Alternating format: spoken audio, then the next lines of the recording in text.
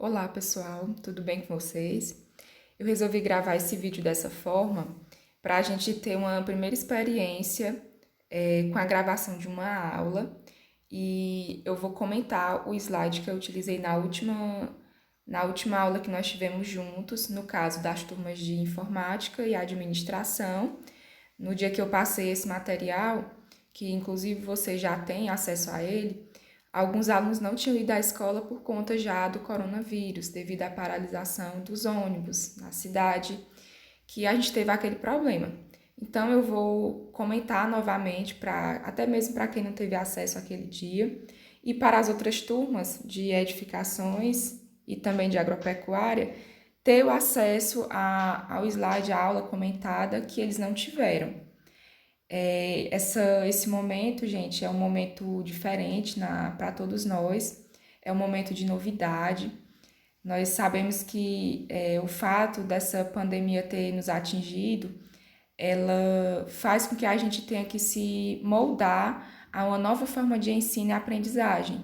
E eu sei que para vocês também não tem sido fácil, mas a gente espera que todos estejam dando conta das atividades domiciliares que os professores estão passando. Então, pessoal, o capítulo novo, né, o capítulo 12, ele vai trazer a seguinte temática: globalização e integração regional. E a gente inicia esse capítulo começando com a pergunta, né, sobre o que seria o conceito de globalização. Pessoal, o próprio nome globalização, né, vem dessa ideia de global, ou seja, aquilo que atinge o mundo inteiro. Esse termo globalização, ele começou a ser utilizado somente a partir do ano de 1980, né, já no século XX. É um conceito relativamente novo e ele vai fazer referência a um fenômeno que acontece no mundo inteiro, que atinge a dimensão econômica, social, política e cultural. Como vocês podem ver nesse desenho que eu coloquei na imagem, né, do slide, a gente tem aqui o mundo ao centro e ao redor os vários meios de comunicação pelo qual os seres humanos estão interligados. E isso faz com que, de forma global, todos estejam correlacionados e todos estejam em constante contato. Então, você pode perceber que através da internet, por exemplo, é a maneira pela qual nós encontramos de nos comunicar à distância. E eu acho que esse momento agora é o momento que a gente está vivendo essa globalização com uma intensidade muito grande. A globalização, nós vimos também que ela tem o lado bom e ela também tem o seu lado negativo. As consequências positivas da globalização que nós podemos elencar, pode ser dito que a tecnologia, que aumentou na nossa vida, a gente utiliza constantemente, até mesmo o fato das nossas aulas serem dessa forma, são proporcionadas pela tecnologia e a comunicação à distância.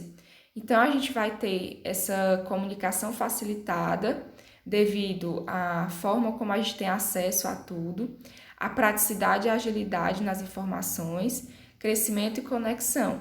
Então, a gente percebe que, por exemplo, nesse momento agora de Covid-19, as informações elas chegam muito rápidas no nosso celular. De vez em quando tem alguma notícia sobre casos de morte, casos de cura da doença. E assim a gente tem essa facilidade muito grande de ter acesso à informação. Então, é uma consequência da globalização, uma consequência positiva. Mas aí eu pergunto para vocês, apesar da gente utilizar o termo somente a partir de 1980, será que a globalização é uma novidade? É uma coisa recente? Então, pessoal, nós temos que a globalização ela não é um fenômeno tão recente. Ela iniciou, que nós podemos até dizer, que foi no período das grandes navegações, que foi o momento em que se expandiu os territórios para poder conquistar novos ambientes e assim também ter a cultura europeia expandida. Então, nós vamos ter, nesse momento, já o início da globalização, que é expandindo novos territórios, buscando novos horizontes e também havendo um contato cultural entre povos diferentes. Então, esse conceito de globalização, ele começa muito cedo na nossa história, né? Desde a época do descobrimento. E a gente vai ter uma intensidade maior desse conceito de globalização na época, né, que vai retratar aí as revoluções industriais, né, a Revolução Industrial nas suas 3 fases, e também as novas mudanças tecnológicas que acontecem posteriores a isso. É na terceira fase da Revolução Industrial, que nós chamamos de Revolução Técnico-Científica, também é marcada como sendo a terceira fase do capitalismo financeiro, e a gente vai ter a consolidação da globalização e também outras situações que vão marcar o momento, como, por exemplo, o uso da informática, da robótica, da microeletrônica, telecomunicações, biotecnologia. O trabalhador, como nós já vimos nas nossas outras aulas, ele vai ser substituído pela máquina, que consequentemente vai gerar um desemprego. Os trabalhadores vão ser polivalentes, ou seja, eles vão realizar muitas atividades ao mesmo tempo, e a gente vai ter a expansão das multinacionais. Estão lembrados do que seriam as multinacionais?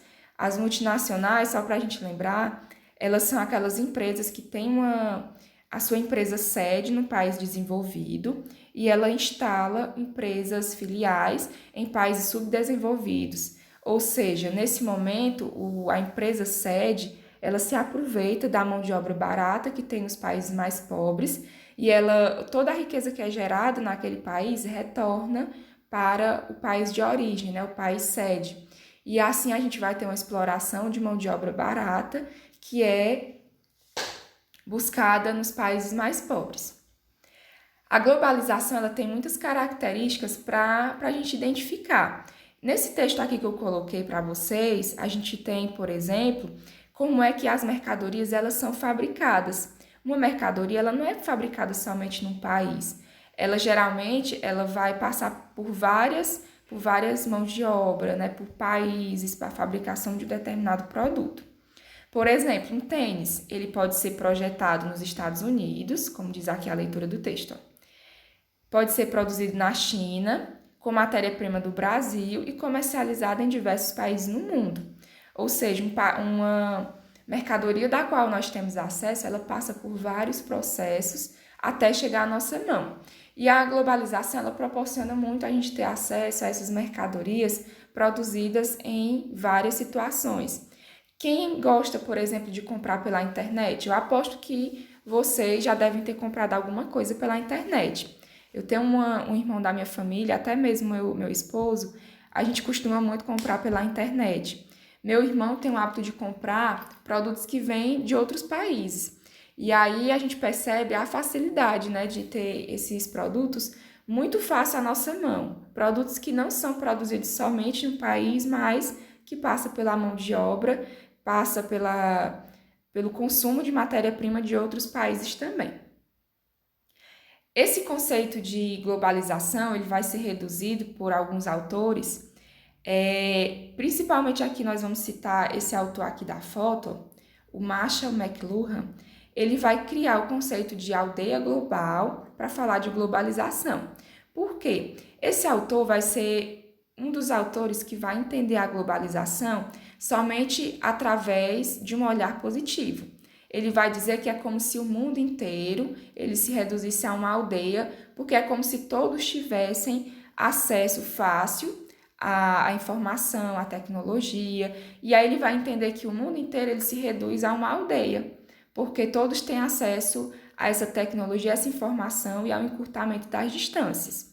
Esse conceito, entretanto, ele vai ser questionado por outros autores, como, por exemplo, o Milton Santos, que nós vamos ver mais à frente.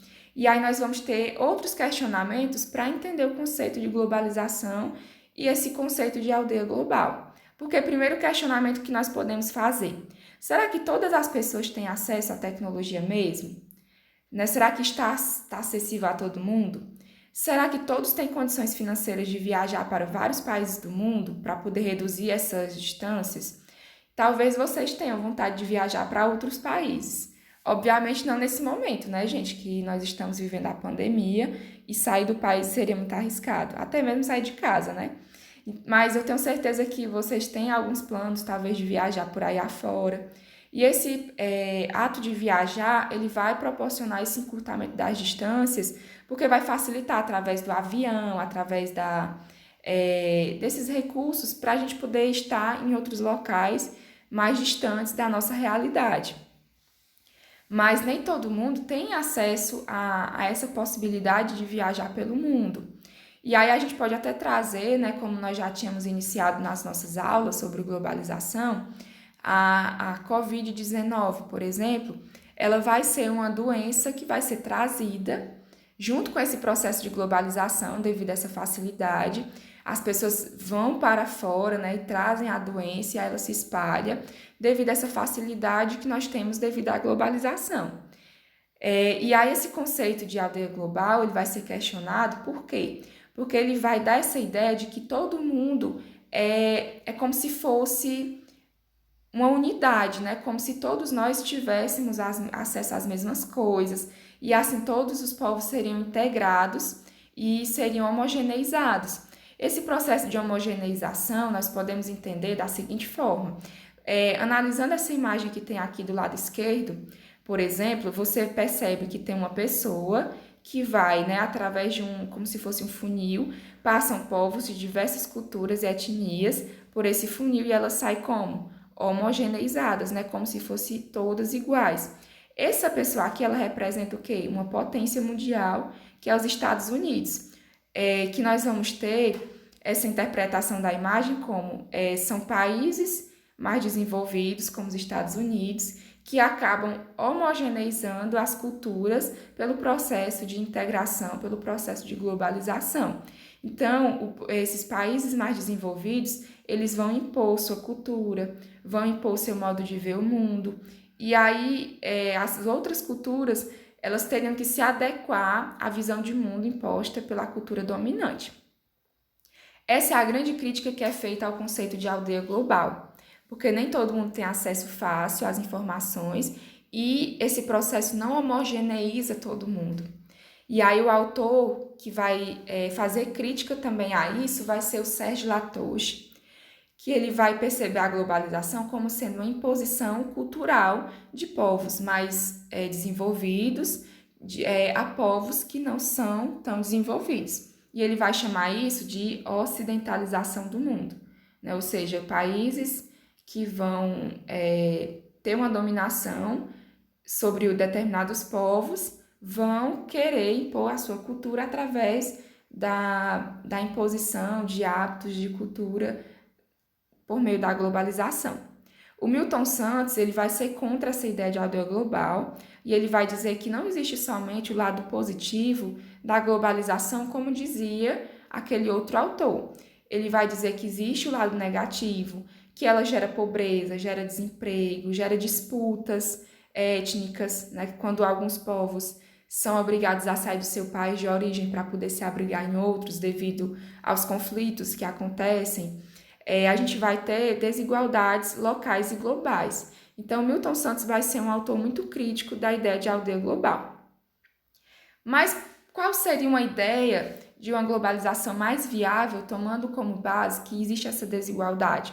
Bem, um passo importante seria praticar o conceito de sociodiversidade, que é quando todos os povos eles conseguem conviver com as diferenças para poder fazer a inclusão da cultura popular, misturando povos, sem rejeitar determinadas culturas e não colocar uma ideia dominante como sendo centro para outras culturas obedecerem. E assim a gente não tem uma globalização tão perversa. Quais seriam os outros efeitos negativos da globalização? Positivos também, né? Nós vamos ter o aumento do comércio, a fluidez nas transações financeiras, o empreendedorismo, os movimentos sociais globais, que nós vimos que ano passado, né, no segundo ano, estudamos os movimentos sociais e nós vimos que, por exemplo, tem o movimento feminista, o movimento LGBT, o movimento ambientalista. Esses movimentos, eles têm um reconhecimento a nível global, graças às redes sociais, à internet, que faz com que as pessoas no mundo inteiro elas estejam interligadas por essas ideias. E aí eu coloquei nessa parte do slide, né, citei o Greenpeace, como sendo, né, parte do movimento ambientalista que reúne pessoas do mundo inteiro para reivindicar as pautas pelo meio ambiente. Então, a internet ela vai ser esse veículo de mobilização, de reivindicação, que vai atuar nesse sentido. Aí, além desses efeitos positivos, nós temos outros negativos. A exploração do trabalho infantil, o turismo sexual. Vocês podem perceber que durante alguns momentos, principalmente durante o carnaval, vem pessoas de vários países para poder curtir o carnaval aqui no Brasil. Só que essas pessoas que vêm para cá, muitas vezes, elas se aproveitam das brasileiras, das crianças e adolescentes, das travestis, né, para poder escravizar sexualmente e assim aumenta o turismo sexual das pessoas. Então, pessoal, com essas ideias gerais sobre o conceito de globalização, a gente vai exercitar o nosso conhecimento com as questões de Enem e de vestibular. Essas questões, inclusive, eu passei algumas para vocês, já para vocês treinarem. São questões bem simples, né, que dá para, a partir do que foi mencionado aqui, dá para responder tranquilamente. Coloquei algumas questões, principalmente do Enem e do vestibular da UES, que eu acho que são coisas que estão mais ao nosso alcance. E essa primeira questão aqui, ela é da Federal do Piauí, né, da Universidade Federal do Piauí. E aí você vai colocar, né, verdadeiro ou falso para poder identificar os itens. Então, nesse item diz assim: sobre a economia globalizada, na letra A, homogeneizou as culturas e reduziu as discrepâncias econômicas entre os países. Pessoal, como nós já vimos, né, uma crítica à globalização é que ela não homogeneiza as culturas. Ela não consegue fazer esse processo de tornar todo mundo igual. E nem reduzir as discrepâncias econômicas, porque nós temos muitas desigualdades sociais, como disse o Milton Santos. Então, essa alternativa aqui ela é falsa. Na letra B, integrou economias e possibilitou a difusão de hábitos dos lugares pelo mundo. Nós vimos que sim, né, que ela possibilitou essa integração econômica e também a difusão de determinados hábitos pelo mundo. Então, essa alternativa B ela está correta, né, verdadeira. Na letra C, deu visibilidade às minorias, a povos e culturas de recantos isolados do mundo. Eu vi que algumas pessoas tiveram dúvida nesse item, porque realmente ele dá essa margem de interpretação, por quê? Ela realmente dá visibilidade, mas não significa que os povos vão ter mais acesso à igualdade social para poder ter essa visibilidade maior. Esse item é considerado verdadeiro, porque ele dá essa visibilidade às minorias e aos povos de recantos isolados de ter um reconhecimento, mas não significa que esses povos tiveram acesso a uma igualdade. Na letra D, quase anulou a xenofobia. Pessoal, quando a gente inicia essa frase, ela já dá uma margem de erro, porque ela não anulou a xenofobia. A xenofobia, como nós já vimos, né? A xenofobia é o quê? É a aversão a povos estrangeiros, né? A povos diferentes do que é do seu. E aí a gente percebe que essa xenofobia ela não é anulada, muito menos os conflitos étnicos e religiosos. Nós vemos que tem várias pessoas de vários países que saem do seu local de origem para poder se refugiar em outros países, né? Por isso que nós temos os refugiados. Então, esse item aqui, ele é falso. Qual seria a sequência correta? Então, vai essa sequência aqui, falso, verdadeiro, verdadeiro e falso. Nessa questão do Enem de 2009, vocês já podem ver que ela tem uma diferença das questões de vestibular, porque, primeiro, ela é mais extensa, todas as questões de Enem basicamente vêm assim, e aí você precisa ter uma atenção maior na leitura para poder responder a questão. Nessa questão aqui, gente, nós vamos fazer a leitura para poder responder ao que pede. Então, diz assim: o índio do Xingu, que ainda acredita em Tupã, assiste pela televisão uma partida de futebol que acontece em Barcelona ou a um show de Rolling Stones na praia de Copacabana.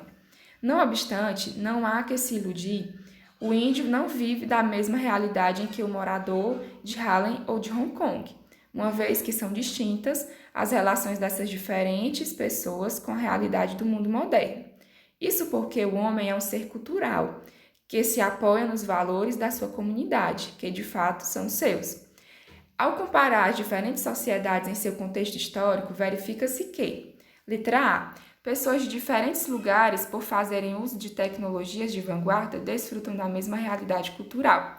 Pessoal, nós não falamos em tecnologias de vanguarda. As pessoas, embora elas estejam em locais diferentes, elas não vão desfrutar exatamente da mesma realidade. Então, esse primeiro item ele é errado. Na letra B, o índio assiste ao futebol, do futebol ao show, mas não é capaz de entendê-lo porque não pertence à sua cultura. Gente, essa alternativa é falsa. O índio ele pode sim ter uma compreensão do futebol, né, do show, apesar de não pertencer à sua cultura.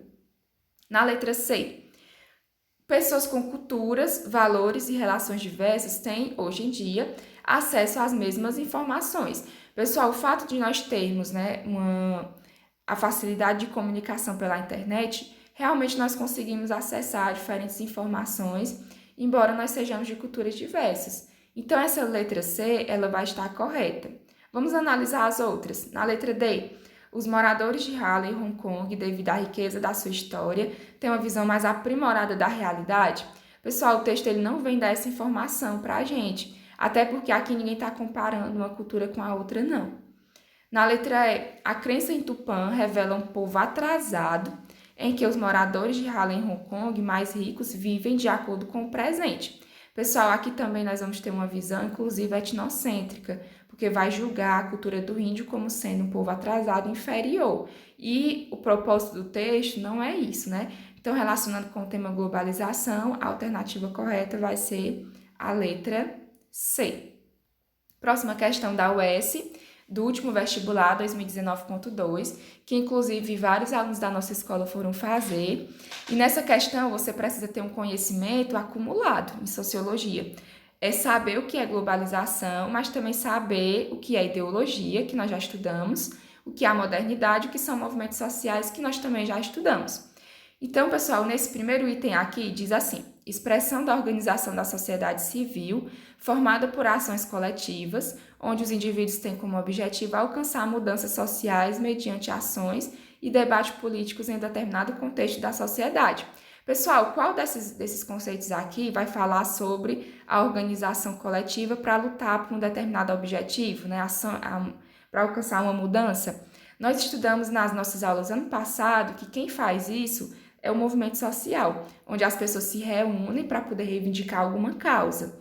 E aí nós vamos ter os movimentos como o movimento LGBT, movimento feminista, movimento indianista, ambientalista e por aí vai. Se você fosse observar logo na sequência, nós teríamos aqui o primeiro item, seria o item 3. Se você observar nos itens A, B, C e D, o único que começa com o número 3 é o item D. Aqui você já conseguiria marcar a questão, se você tivesse certeza. Caso não tivesse, era só analisar as outras para ter mais certeza ainda. Percebam, no segundo item, conjunto de proposições elaborados na sociedade burguesa com a finalidade de fazer aparentar os interesses da classe dominante com o interesse coletivo, construindo a hegemonia da classe. Pessoal, conjunto de proposições seria um conjunto de ideias, onde a classe burguesa, né, a classe dominante, ela consegue moldar o pensamento da classe dominada. No caso, aqui a gente lembra do autor Karl Marx e a gente vai lembrar do conceito de ideologia. A ideologia seria esse conjunto de ideias para poder conseguir, né, alguma dominação na perspectiva do autor. Então, percebam aí, o próximo item seria o item 1. No próximo enunciado diz processo de integração social. Pessoal, olha aí, integração social, econômica e cultural.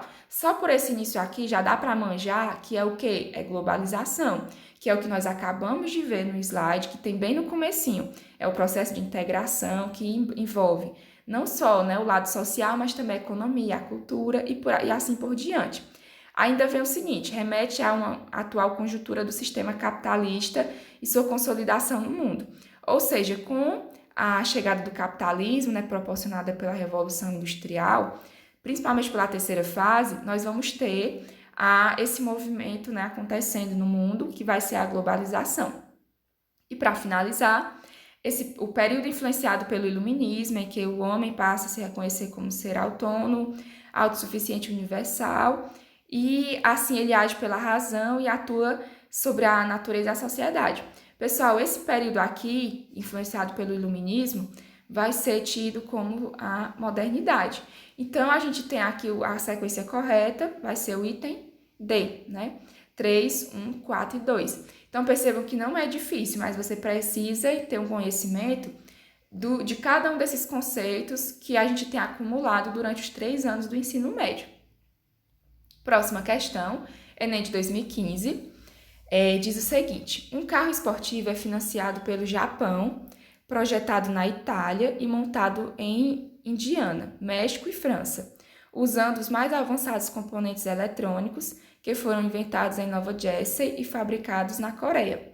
A campanha publicitária é desenvolvida na Inglaterra, filmada no Canadá, e a edição e as cópias feitas em Nova York para serem vinculadas no mundo todo. Teias globais disfarçam-se com o uniforme nacional que lhes foi conveniente.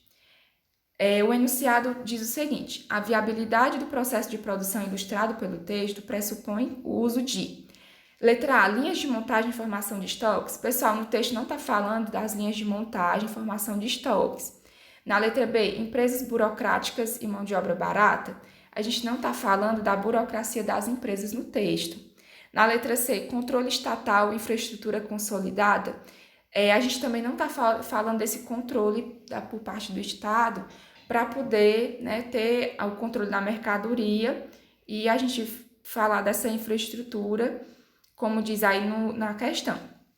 Na letra D, organização em rede, tecnologia de informação, e aí nesse item a gente vai ter como sendo a alternativa correta, porque está falando de tudo que é feito, né, em vários locais do mundo para poder fabricar, para falar, né, de um determinado produto, que no caso é o carro, né, a gente começa aqui o carro, e aí ele passa por várias etapas, por vários países, como nós vimos lá no exemplo do tênis, né, que nós vimos lá naquele texto. Ele é fabricado em um lugar, é desenvolvido em outro, com matéria-prima do Brasil e por aí vai.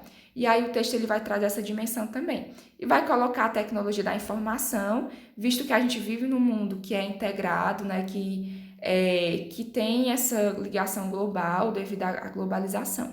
Na letra E não poderia ser, porque não vai falar de gestão centralizada, tampouco, né, de protecionismo econômico. E aí a gente vai ter como a resposta correta o item D. Mais uma questãozinha da UES. A questão da UES ela é pequenininha, né, em relação às questões do Enem. Diz assim: a questão ambiental deve ser compreendida como um produto da intervenção da sociedade sobre a natureza. Diz respeito não apenas a problemas relacionados à natureza, mas a problemas decorrentes da ação social. A partir do excerto acima, pode-se concluir corretamente que os problemas ambientais residem, na letra A, na forma como o homem e a sociedade apropria-se da natureza, na letra B, nas relações de consumo e não nas relações de produção, na letra C, principalmente na forma de exploração dos recursos naturais não renováveis, na letra D, apenas nas relações de produção, porque estas não têm vinculação com o consumo. Pessoal, se você analisar, a alternativa mais coerente vai ser o item A. Por quê? Quando diz assim, na forma como o homem e a sociedade apropria-se da natureza, ele está falando da nossa maneira de explorar os recursos naturais sem ter um devido cuidado com ela. Então, a nossa maneira de explorar, ela acaba gerando danos ao meio ambiente. E aí, nas outras, a gente vai ter coisas absurdas, como, por exemplo, na relação de consumo até que vai, porque nós somos uma sociedade consumista, não é verdade? Mas quando diz assim, não nas relações de produção, essas relações de produção, elas são significativas, né, importantíssimas para entender como a natureza é explorada. Na letra C, principalmente na forma de exploração dos recursos naturais não renováveis, pessoal, não só nos recursos não renováveis, mas também nos renováveis. Na letra D, apenas nas relações de produção, porque estas não têm vinculação com o consumo. Pessoal, a produção ela tem relação direta com o consumo. Quanto mais se consome, mais se produz. Então, por isso que é a letra A. Parabéns pelo esforço de vocês, por terem tentado responder as questões. Eu vi que muita gente fez o exercício. Quem não fez, né, faça e me envie até hoje, é o prazo limite. E já temos uma atividade postada referente ao dia de hoje. E vocês vão ter uma semana para fazer. O prazo vai ser até o dia 8. Então, pessoal, bons estudos. Hoje é o dia da área de Ciências Humanas. E eu espero que todos estejam aí atentos para fazer a atividade. Então, tenham um bom dia e tenham também uma boa semana.